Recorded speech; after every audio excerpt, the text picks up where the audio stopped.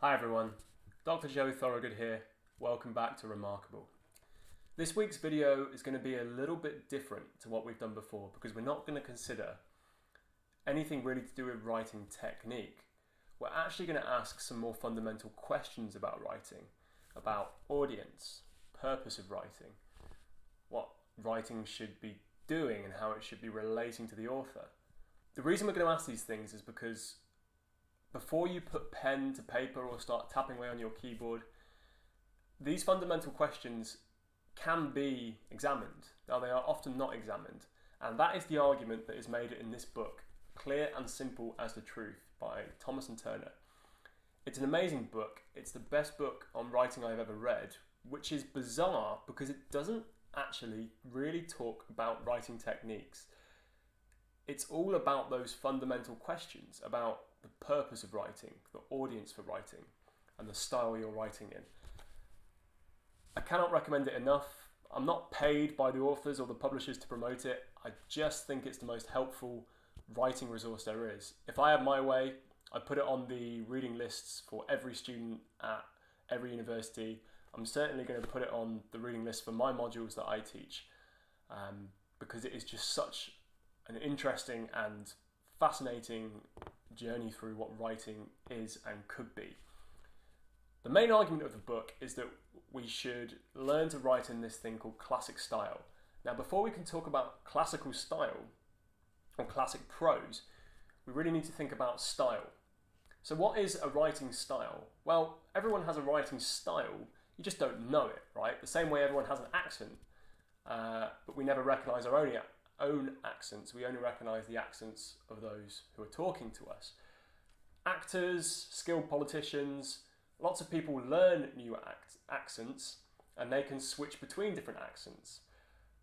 In doing so, they give themselves a new style of speaking. This is true of writing. We can do that with writing. We can learn a new style of writing that has an entirely different purpose or goal to the style of writing that we use. That we use our default style to answer all sorts of questions and write all sorts of things doesn't mean that there aren't other styles we could learn out there. The style these guys recommend is the classic style. Classic style is a style that developed in 17th and 18th century with writers like Pascal, Descartes, A.J. Liebling later in the United States, George Bernard Shaw, Mark Twain.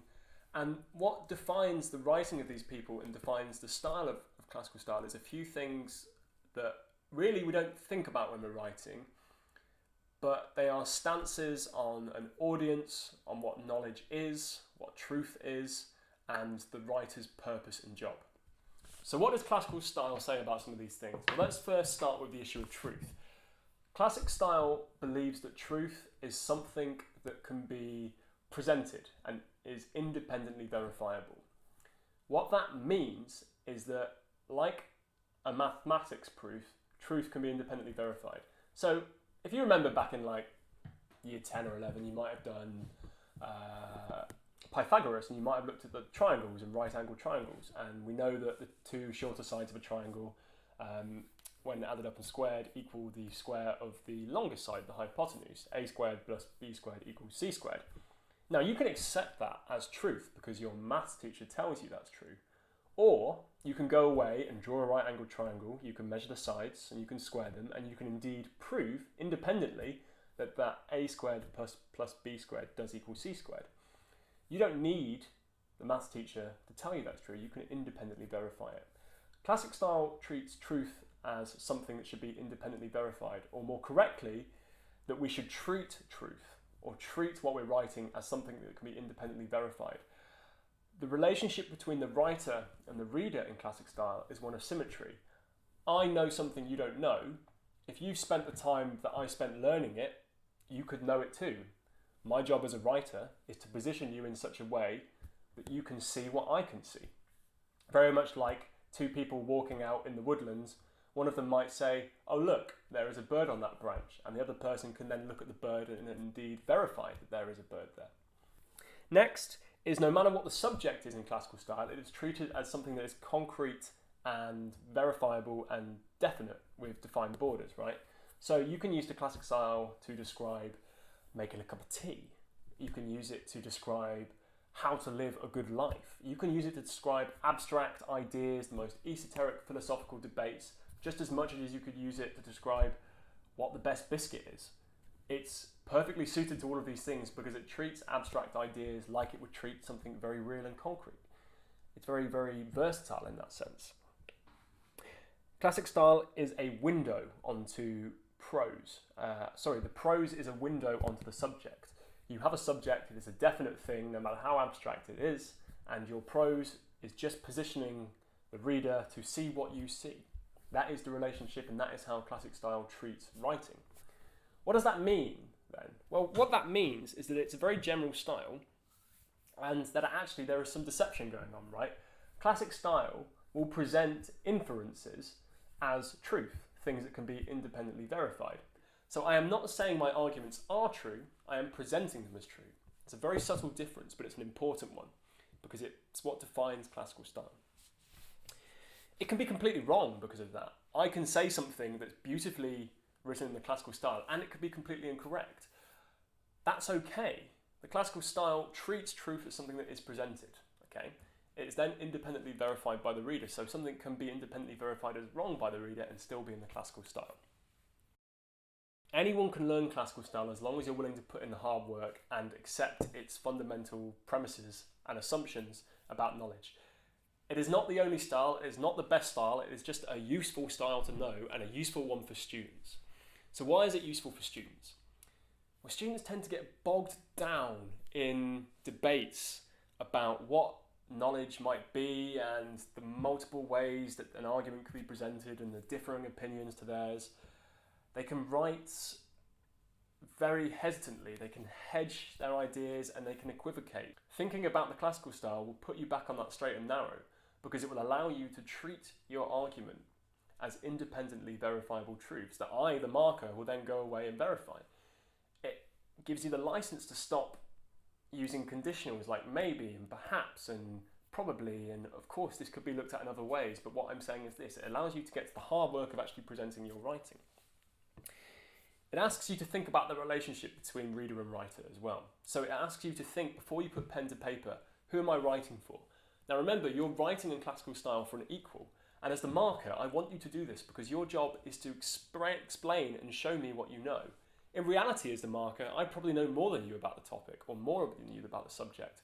But when I'm marking your work, I'm looking for you to demonstrate knowledge and understanding, and analysis and insight. So I need you to pretend that you know more than me, and you're positioning me in a position to see what you see. That is the premise of the classical style's relationship between reader and writer. So it's useful for thinking about who you're writing for. Finally, it is a very, very elegant style. So when it's done well, it looks really good. And I've got two examples here that I want to show. So let's take this question about who is a better fighter, Batman or Superman. First example on the screen gives you a perfectly legitimate sentence that makes clear what it's presenting is an opinion, okay? So in my opinion, it is clear that Superman is far superior to Batman in combat. His strength, prowess, and lack of reliance on gadgets are what make him braver and better, right? Those bits in red are me very clearly trying to persuade the reader that Superman is better than Batman, giving my reasons for it. Take the second one. Superman dispatches his enemies with agility and grace. He does so without a Batmobile, armoured batsuit, or the billion-dollar backing of Wayne Industries. Now, that second sentence is making the same argument, but it is not being so explicit that it is trying to persuade the reader. It's presenting its argument as independently verifiable truths. Of course, you, the reader, can disagree with them, but the way they are presented is more elegant. It just presents the argument as truth. It allows us to get on with the hard work of making the argument, and I think the second sentence is much more elegant, much more interesting to read for the reader. How would this work in an academic context if you were writing an essay? Well, let's say you've written an essay and you've carefully considered all of the evidence and you've come to your conclusions, right? And you want to write a really good conclusion to leave your marker with a good impression of your essay. The last thing they read. I've written about that in my video on conclusions, which I'll put up on the screen so you can link to it. Let's say that I take that conclusion and I put it in the classic style. So here we have two examples of two different conclusions that you could do. The first one, again, all the bits in red show where I am making it clear that I've had an argument, that I've weighed up the evidence, and that there are other ways of viewing this issue.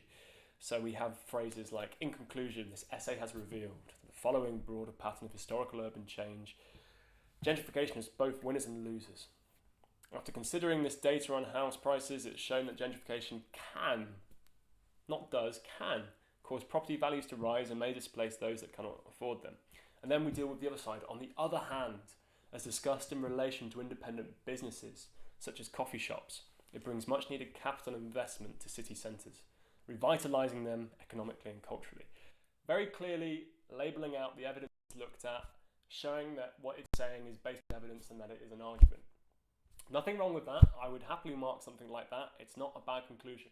But what if you wanted to do it in the classic style? Look at the second one. You could say, like most urban processes, gentrification has winners and losers. Sustainably sourced artisanal coffee re-energises the creative classes, but it does not replenish the dwindling stock of affordable housing.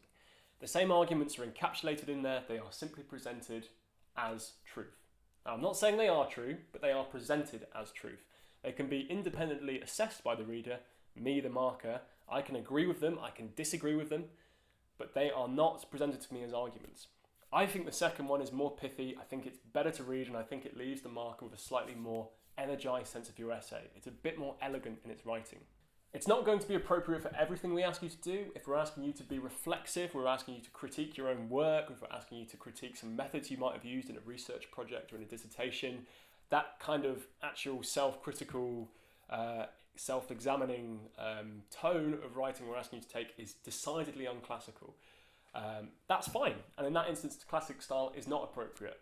It's not always going to be appropriate. As I mentioned at the beginning of this video, it is just one of many different styles of writing that exist.